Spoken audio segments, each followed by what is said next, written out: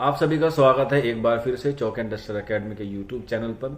और आज आप लोगों से खैर मकदम करते हैं। काफ़ी अरसे बाद जो है वो आप लोगों से संडे स्पेशल में मुलाकात हो रही है। आप लोग जो है वो इस शो का या इस वीडियो का जो है वो बेसब्री से इंतजार करते हैं, लेकिन काफ़ी मशरूफियात होने की वजह से जो है वो इस तरह की वीडियो जो है वो लाना थोड़ा मुश्किल होता है, लेकिन नामुमकिन नहीं होता। तो इसी चीज़ के लिए हम लोगों ने आपसे प्रोमिस किया था कि मौलाना अबुल कलाम आज़ाद के यौम पैदाइश के मौके पर आप लोगों के सामने हम एक शानदार वीडियो लेकर आएंगे। तो वो जो है आपके इंतज़ार की जो घड़ी है वो ख़त्म हो चुकी है। और आज हम लोग बात करेंगे उर्दू के हवाले से, उर्दू लैंग्वेज के हवाले से, कि उर्दू में जो है वो आपके क्या क्या मकाम है। आप लोग जो है वो उर्दू से तालीम हासिल करने के बाद आप लोग जो है वो किन किन पोस्टों पे जा सकते हैं, और उर्दू को जो है हमें क्यों पढ़नी चाहिए, और उर्दू से क्या हमें फ़ायदे हैं। उर्दू एक लैंग्वेज है या उर्दू एक सब्जेक्ट है, इसमें भी जो है वो काफ़ी लोगों को जो कन्फ्यूज़न होता है। और इसके अलावा काफ़ी लोग कहते हैं कि उर्दू जो है वो सिर्फ एक विशेष समुदाय की या एक मज़हब की ज़बान है, और इससे जो है सिर्फ एक मुस्लिम तबका ही जो है उसे पढ़ता है और उसी की ये जो है वो ज़बान है। इससे जो है वो उसका रिलीजियस या उससे जो उसका मज़हब जो है वो उससे जुड़ा हुआ है, और उसमें जो वो तरह तरह की बातें लिखी हुई होती हैं, और उससे जो है वो लोगों को जो है वो मिसगाइड किया जाता है या ब्रेन वॉश किया जाता है। तो इन सारी चीज़ों पे आज की क्लास में हम लोग जो है वो गुफ्तगू करेंगे। उम्मीद है आप लोग इस वीडियो को जो है वो ज़्यादा से ज़्यादा शेयर करेंगे, और इस पर जो है वो आप लोग एंड के बाद में यानी कि वीडियो के आखिर में आप लोग ज़रूर हमें फीडबैक दीजिएगा कमेंट बॉक्स के माध्यम से, ताकि हम लोग जो है वो अपने अंदर भी जो है वो कुछ सुधार कर पाएं, या फिर हम लोग आपके लिए एक कोई अच्छा सा कंटेंट जो है वो आपको प्रोवाइड कराएं। क्योंकि हमारी जो हमेशा से इच्छा रही है या हमारा से जो पहले से ख्वाब रहा है वो यही रहा है कि आपको जो है वो सही तरीके से और सही इन्फॉर्मेशन जो है वो सही वक्त पे प्रोवाइड कराना चौक इंडस्ट्रियल अकेडमी का जो है वो फ़र्ज़ है। और इसीलिए जो है वो चौक इंडस्ट्रियल अकेडमी आपके लिए 24x7 जो है वो हाजिर होती है। तो चलिए फिर बिना किसी देरी के आज के जो हमारा सेशन है संडे स्पेशल में जो है वो हम लोग बात करते हैं उर्दू के हवाले से। तो सबसे पहले मैं आपको बता दूं कि जब हमारा मुल्क जो है वो आज़ाद हुआ 1947 में, उसी के बाद जो है हमारा कॉन्स्टिट्यूशन बना यानी कि आइन बना, जिसे हम लोग हिंदी में संविधान कहते हैं। और तब से लेके और आज तक 2023 तक जो है वो उर्दू लैंग्वेज जो है वो पहले से ही संविधान में है। संविधान के भाग जो होता है उसमें 8 अनुसूची है। 8वीं अनुसूची में जो है वो उर्दू को पहले से ही शामिल किया गया है, और अनुच्छेद या आर्टिकल लैंग्वेज के बारे में डिस्कस किया गया है। और अभी वर्तमान में यानी कि हाल में जो है वो हमारे संविधान में 22 लैंग्वेज को जो है वो शामिल किया गया है, और 22 में जो है वो उर्दू जो है वो पहले से ही है, बाद में नहीं जोड़ी गई है। तो काफ़ी सारे बच्चे सोचते हैं कि उर्दू को जो है वो बाद में जोड़ा गया है, हालांकि ऐसा नहीं है। उर्दू को जो है वो पहले से ही संविधान में रखा गया था। तो ये बात हो गई आपकी पहले से ही, ये मैंने आपको क्लियर कर दिया कि उर्दू जो है वो आज़ादी से ही जो है हमारे हिंदुस्तान में बोली जाती है। हालांकि इसकी तारीख जो है वो आप लोग किताबों में पढ़ सकते हैं, और काफ़ी सारी बुक में भी जो है वो इसके बारे में लिखा हुआ है। उर्दू जो है वो हिंदुस्तान की ज़बान है, और इसमें जो है वो हिंदुस्तान में ही पैदा हुई। इसका जो है वो अलग अलग प्रोस्पेक्टिव है, अलग अलग नज़रिया है, वो आप लोग जो है वो किताबों में पढ़ सकते हैं, या फिर आप लोगों को उसके लिए हम लोग अलग से प्रोवाइड वीडियो जो है वो करा देंगे। क्योंकि हमारा आज का मकसद ये है कि उर्दू में जो है वो आप लोग क्या क्या चीज़ों को जो है वो कर सकते हैं। क्योंकि आपको पता होगा अभी हाल फिलहाल में ही उर्दू के साथ जो है वो काफ़ी नाइंसाफ़ी होती है, चाहे हम बात करें वैकेंसीज को लेके, चाहे हम बात करें किसी और तरीके से भी लेके, तो उसमें जो है वो काफ़ी नाइंसाफ़ी होती है। ऐसा नहीं है कि सिर्फ उर्दू लैंग्वेज के साथ ऐसे ही होता है, और भी दीगर ज़बान है जिनमें जो है वो उनके साथ थोड़ा सा डिस्क्रिमिनेशन होता है, उनके साथ जो है वो थोड़ी सी पार्शलिटी की जाती है। लेकिन वो अपना जो है वो सबका अपना अपना अलग नज़रिया है। लेकिन हम लोगों को जो है वो उर्दू को आगे लेके जाना है, और उर्दू को जो है वो फ़रोग देना है। और इस फ़रोग देने की जो इब्तिदा है वो हमें शुरुआती दौर से करनी होगी, यानी कि जब बच्चा एकेडमिक पे होता है, 10वीं में होता है, 12वीं में होता है। तो आपको पता है कि 10वीं और 12वीं की जो बोर्ड के एग्ज़ाम होते हैं उसमें काफ़ी अहम रोल होता है उर्दू का भी और दीगर सब्जेक्ट का भी। तो काफ़ी सारे लोग सोचते हैं कि उर्दू में जो है वो हम अपने बच्चों को नहीं डालेंगे, ख़ासतौर पे वो तबका जो कम पढ़ा लिखा है, या कुछ जो लोग पढ़ाई लिखाई के बारे में नहीं जानते। तो वो सोचते हैं कि उर्दू सिर्फ एक मजहबी ज़बान है, इससे जो है वो सिर्फ मुसलमानों का फ़ायदा होना है, और उससे जो है वो उसको हम अपने बच्चों को उर्दू नहीं पढ़ाते, क्योंकि उर्दू जो है वो आगे कहीं काम नहीं आती। बस 10वीं 12वीं कर ली, बात ख़त्म हो जाती है।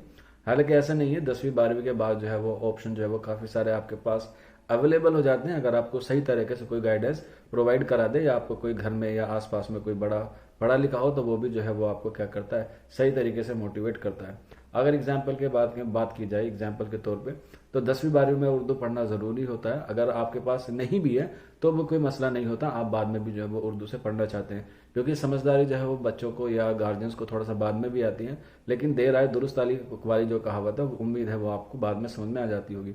अब जैसे एग्जाम्पल के तौर पे मैं अपने आपको बताता हूँ, मेरे पास 10वीं और 12वीं में उर्दू नहीं था, ग्रेजुएशन में उर्दू आया मेरे पास, और उसके बाद जो है वो अल्लाह के शुक्र से और वालिदैन की दुआओं से और आप लोगों की मोहब्बत से मेरी सरकारी नौकरी लगी, उर्दू टीचर की नौकरी लगी। तो मेरे पास 10वीं 12वीं में नहीं था। काफ़ी सारी क्वेरीज आती हैं कि सर 10वीं 12वीं में उर्दू नहीं है कि हमारी सरकारी नौकरी लग सकती है। बिल्कुल लग सकती है, आपके पास ग्रेजुएशन में होनी चाहिए, वो आपके लिए सफिशिएंट है। और वो भी जो है वो आपने अलग अलग क्राइटेरिया अलग अलग स्टेट का होता है। जैसे दिल्ली की बात की जाए तो दिल्ली में जो है वो आपने कम से कम 2 साल या 4 सेमेस्टर की जो है वो पढ़ाई की हो। तो उर्दू जो है वो एक सब्जेक्ट और एक जो है वो लैंग्वेज, इसमें भी जो है वो थोड़ा सा कन्फ्यूजन रहता है। उर्दू सब्जेक्ट भी है और उर्दू जो है वो लैंग्वेज भी है। सब्जेक्ट इसलिए कि आपको उसकी तारीख पढ़ने को मिलती है, इसका जो है वो आपको एक लिटरेचर पढ़ने को मिलता है, उसका एक कह सकते हैं साहित्य पढ़ने को मिलता है, उससे उसके बारे में आपको इन्फॉर्मेशन मिलती है।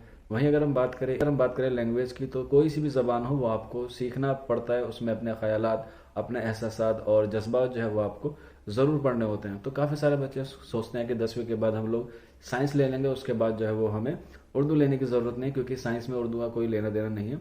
हालांकि इंडियन गवर्नमेंट में या और दिगर प्राइवेट संस्था में जो है वो उर्दू मीडियम से जो है पढ़ाई की जाती है, उर्दू मीडियम से जो है वो पढ़ाई कराई जाती है, क्योंकि काफ़ी सारे बच्चे मदरसा बैकग्राउंड से होते हैं या काफ़ी सारे बच्चे जो है वो इब्तिदा से जो है उर्दू की तालीम पाते हैं, तो उनको जो है वो थोड़ी सी मुश्किल होती है अलग लैंग्वेज में पढ़ने में। तो इसलिए इंडियन गवर्नमेंट ने और दिगर संस्थानों ने जो है वो इस तरह के अपने कॉलेजेस और अपने इंस्टीट्यूट जो है वो चला रखे हैं, जिसमें उर्दू मीडियम से भी जो है वो आप अपनी तालीम को हासिल कर सकते हैं। जिसके अंदर करने का जज्बा होता है वो किसी भी लैंग्वेज में या किसी भी तरह से जो है वो अपने आप को उसमें ढाल लेता है और अपने कामयाब होने की जो है वो कामयाब कर ही लेता है जैसे तैसे करके। ये जो है बच्चों को उर्दू पढ़नी चाहिए, क्योंकि अगर वो साइंटिस्ट भी बन गया या फिर वो डॉक्टर बन गया या वो इंजीनियर बन गया, उसकी नौकरी जो है वो ऐसे ममालिक में लग गई या ऐसे स्टेट में लग गई जहाँ पर उर्दू बोली जाती है, तो वहाँ पर जो है वो मिसकम्युनिकेशन हो जाएगा। मान के चलिए आप अल्लाह के शुक्र से डॉक्टर बन गए हैं और आपकी जो पोस्टिंग किसी उर्दू इलाके में कर दी गई जहाँ पर सिर्फ उर्दू ही बोली जाती है, लेकिन आपको उर्दू नहीं आती, तो आपको जो है वो वहाँ पर मुश्किल का सामना करना पड़ सकता है। इसलिए जो आप लोग लैंग्वेज सीखें तो वो आप एक कम्युनिकेशन के लिए सीखें, ये ना सीखें कि ये इस मजहब की तालीम है या ये सिर्फ मुसलमानों की तालीम है, इससे जो है मुसलमानों को ही जो है वो भला होता है। नहीं, ऐसे नहीं होता। आप लोग जो है वो एक जबान को एक धर्म से या एक मजहब से जो है वो ताल्लुक नहीं कर सकते। हाँ, इतना हो सकता है कि किसी भी जबान का जो ताल्लुक होता है वो ज़्यादातर अपने रिलीजियस वे में जो है वो ज़्यादा होता है, क्योंकि उनका लिटरेचर या उनका अदब या उनका साहित्य जो है वो उसी जबान में पढ़ने में जो है वो ज़्यादा मज़ा आता है। जैसे संस्कृत हुआ, वेद आप पढ़ेंगे तो उसमें आपको संस्कृत मिलेगी, आप गुरुमुखी में पढ़ेंगे तो आपको अरदास वाली चीज़ जो है वो समझ में आ जाएंगी, बाइबल आप पढ़ेंगे तो उसमें इंग्लिश में आएगा। और काफ़ी लोग कहते हैं कि कुरान जो है वो उर्दू में है, लेकिन कुरान जो है वो अरबिक में है। तो उर्दू में और कुरान में तो कोई खास जो है वो रिलेशन नहीं है, लेकिन ये है कि उर्दू के जो काफ़ी सारे अल्फाज हैं वो हमने जो है वो अरबी से लिए हैं। तो ये है कि थोड़ा बहुत जो है वो उसमें अल्फाजों की जो शक्ल होती है वो उसमें जो है वो कारामद साबित होती है। और ऐसा नहीं है कि सिर्फ ये मुस्लिम ही पढ़ते हैं, नॉन मुस्लिम भी जो है वो काफ़ी बच्चे उर्दू को लेते हैं। अभी आपने देखा भी होगा हाल फिलहाल में उर्दू को लेकर कि राजस्थान के इलाके में या हरियाणा के इलाके में जो है वो काफ़ी सारी वैकेंसीज निकलती हैं, आरपीएससी की हो जाए या फिर हरियाणा की पीजीटी की हो जाए, तो उसमें काफ़ी सारी वैकेंसीज जो है वो उर्दू की निकली थी, जिसमें काफ़ी सारे नॉन मुस्लिम स्टूडेंट जो है वो सिलेक्ट हुए। और हमारे जेएनयू के प्रोफेसर भी हैं शिवप्रकाश सर, वो भी नॉन मुस्लिम है, उन्होंने हमें उर्दू पढ़ाया। तो कभी भी किसी भी जबान का ताल्लुक किसी भी धर्म से या किसी भी मजहब से नहीं होता। ये लोगों के दिल में दिमाग में जो है वो एक ब्रेन वॉश करके ये चीज़ घुसाई गई है, ये चीज़ बताई गई है कि जो उर्दू है वो सिर्फ एक मुस्लिम समाज की ज़बान है। ऐसा नहीं है, आप किसी भी धर्म से हो, किसी भी मजहब से हो, आप लोग जो है वो उर्दू को पढ़ सकते हैं। आप लोग पुराने ज़माने में जाएंगे तहसील में, कोर्ट में, दीवानी में, खसरा में, खतौनी में, तो ज़्यादातर जो है वो आपको सारी चीज़ें जो है वहाँ पर उर्दू में ही लिखी हुई मिलेंगी, क्योंकि उर्दू जो है वो हिंदुस्तान की ज़बान है और इसे जो है वो पढ़ने में फ़ख्र महसूस करना चाहिए। और इसीलिए जो है वो लोग इससे तालीम हासिल करके आला मकाम पर जो है वो पहुँचते हैं।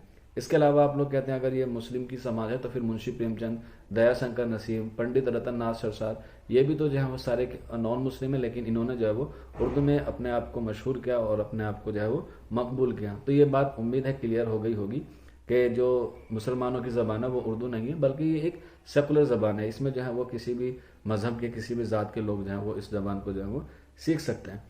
अब 12वीं के बाद बच्चा सोचता है कि उर्दू में क्या करियर है, उर्दू के बाद बीए कर लिया, बीए करने के बाद कुछ इतना खास वो नहीं होता। खास तौर पे जो लड़के होते हैं वो तो सोचते हैं यार इंजीनियर में चले जाएंगे, डॉक्टर में चले जाएंगे। तो इसमें थोड़ी सी उन्हें कन्फ्यूजन रहती है कि हम लोग कौन सा सब्जेक्ट चुने। तो आप लोग बीए भी कर सकते हैं, बीए करना जो है वो आपके लिए सुटेबल है। अगर आप लोग आर्ट्स में चाहते हैं, बीए करने के बाद अगर आप आर्ट्स में जाते हैं तो आपके पास बहुत सारे जो है वो ऑप्शन अवेलेबल हो जाते हैं, क्योंकि आपके पास बीए के बाद आप लोग बीएड करके टीचर बन सकते हैं। अगर आपको टीचर नहीं बनना, आप लोग प्रोफेसर बनना चाहते हैं, तो बीए के बाद आप एमए कर सकते हैं उर्दू से।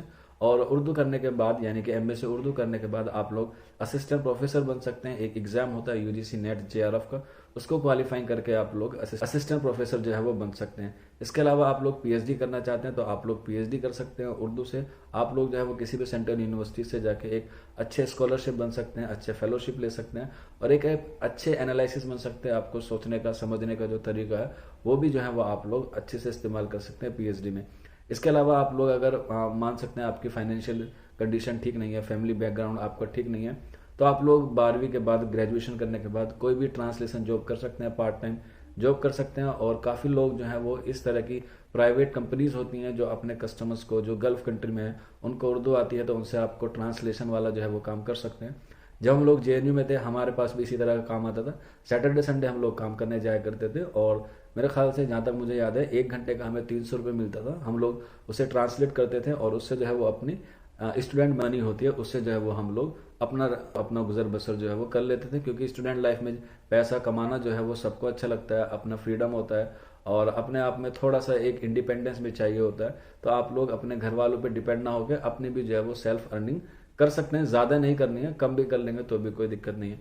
इसके अलावा आपको पता है भारत का जो सबसे हाईएस्ट एग्जाम होता है और सबसे टफेस्ट एग्जाम माना जाता है, जिसको आप लोग जानते हैं यूपीएससी यानी कि यूनियन पब्लिक सर्विस कमीशन। तो उसमें भी जो है वो उर्दू को जो है वो रखा गया है। 300 नंबर का ऑप्शनल होता है और कहा भी गया है, आप लोगों ने सुना भी होगा, डॉक्टर भी होगा, हिंदी के एक बहुत अच्छे सर हैं डॉक्टर विकास दिव्य कीर्ति, कि अगर आपको यूपीएससी क्लियर करना है तो आपका जो ऑप्शनल सब्जेक्ट है वो आपको जो है वो एक बहुत मजबूत और बहुत आला होना चाहिए, तभी आप लोग जो है यूपीएससी का रिटर्न जो है वो क्लियर कर सकते हैं।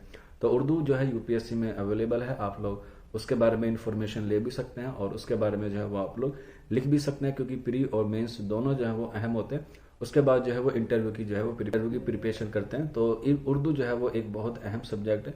इसके अलावा आपको किसी और मुस्लिम कंट्री में जो है अगर आपको उर्दू आता होगा तो आपको एज अ एम्बेसिडर यानी कि राजदूत बनाकर भी भेज सकते हैं। अगर आपने यूपीएससी क्लियर कर लिया या फिर आप आईपीएस हैं या फिर कोई और आला पोस्ट पे है तो आपको जो है वो उर्दू का कोई डिपार्टमेंट दे दिया जाता है, या फिर आपको कोई उसकी जो गवर्नमेंट में कुछ काम होता है उसके रिगार्डिंग जो है वो आप, या कोई स्कीम बनानी है उर्दू से रिलेटेड या कोई किसी भी तरह का कोई उर्दू से रिलेटेड काम है तो आपको जो है वो, अगर आपके अंदर काबिलियत है तो आपको जो है वो जरूर जो है वो दिया जाएगा। किसी भी जबान हो, कोई सी भी जबान हो, हिंदुस्तान में 22 जबान है, कोई सी भी जबान बुरी नहीं है। आप लोग जो है वो सीख सकते हैं, उसे पढ़ सकते हैं, उसमें अपना जो है वो करियर बना सकते हैं। बस आपके अंदर जो है वो एक डेडिकेशन होना चाहिए और एक आपके अंदर जो है वो पेशेंस होना चाहिए। जब ये सारी चीज़ें जो है वो क्लियर हो जाती हैं और इंसान को जो है वो समझ में आने लगता है, क्योंकि समझदारी जो है वक्त के बाद आती है और जब वक्त के बाद आती है तो चीज़ें जो है वो अपने हाथ से निकल रही होती हैं, तो उनको बचाने के लिए बच्चा जो है वो प्री मेंस इंटरव्यू की प्लानिंग की तरफ जो है वो दौड़ता है। ठीक उसी की तरह से जैसे जब आप लोग जवान हो जाते हैं या जब आपकी एज निकल रही होती है तो आपके घर वाले, आपके जो रिश्तेदार हैं वो आपके लिए रिश्ता, शादी, वलीमे की प्लानिंग कर रहे होते हैं। अब वो बच्चा कंफ्यूज हो जाता है कि वो शादी करे या यूपीएससी, और फिर वो सोसाइटी के दबाव में आके जो है वो सारी चीज़ें क्या कर लेता है, सारी चीज़ें जो है वो तबाह हो जाती है। इसलिए सही डिसीजन लेना जो है वो सही वक्त पे ज़रूरी होता है, क्योंकि समझदारी अगर वक्त निकलने के बाद आई तो फिर वो समझदारी किस काम की। इसीलिए आप लोगों से भी दरख्वास्त है, रिक्वेस्ट है कि अपने बच्चों को, अपने आसपास के लोगों को, अपने भाई बहनों को, अपने दोस्तों को, अपने शागिर्दों को या XYZ जो भी आपके नियर बाय है, आपके अंदर इतनी अल्लाह ने समझ दी है, ईश्वर ने आपको इतनी दिमाग दिया है कि आप लोग सही गाइडेंस बच्चों तक प्रोवाइड करा दें, तो उनसे जो है वो उनकी कामयाबी में आपका भी हिस्सा होगा।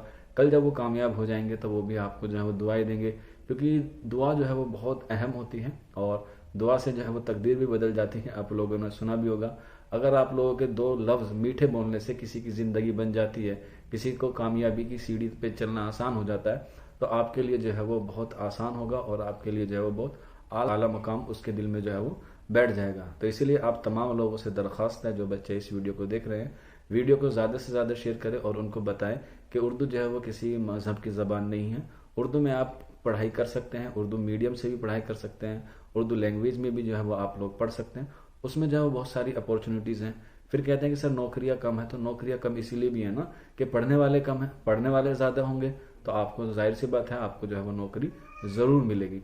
तो इसलिए आप लोगों से दरख्वास्त है कि आप लोग उर्दू में अपने बच्चों को तालीम दें और भी दिगर पढ़ाएं, इंग्लिश भी पढ़ाएं, साइंस भी पढ़ाएं, पॉलिटी भी पढ़ाएं, सब तरह की जो है वो उसको इन्फॉर्मेशन दें, क्योंकि बच्चे का जो दिमाग होता है वो बहुत प्योर और बहुत साफ होता है। उसमें आप जिस तरीके से इन्फॉर्मेशन प्रोवाइड कराएंगे उसका रिजल्ट जो है वो आपको ज़रूर मिलेगा।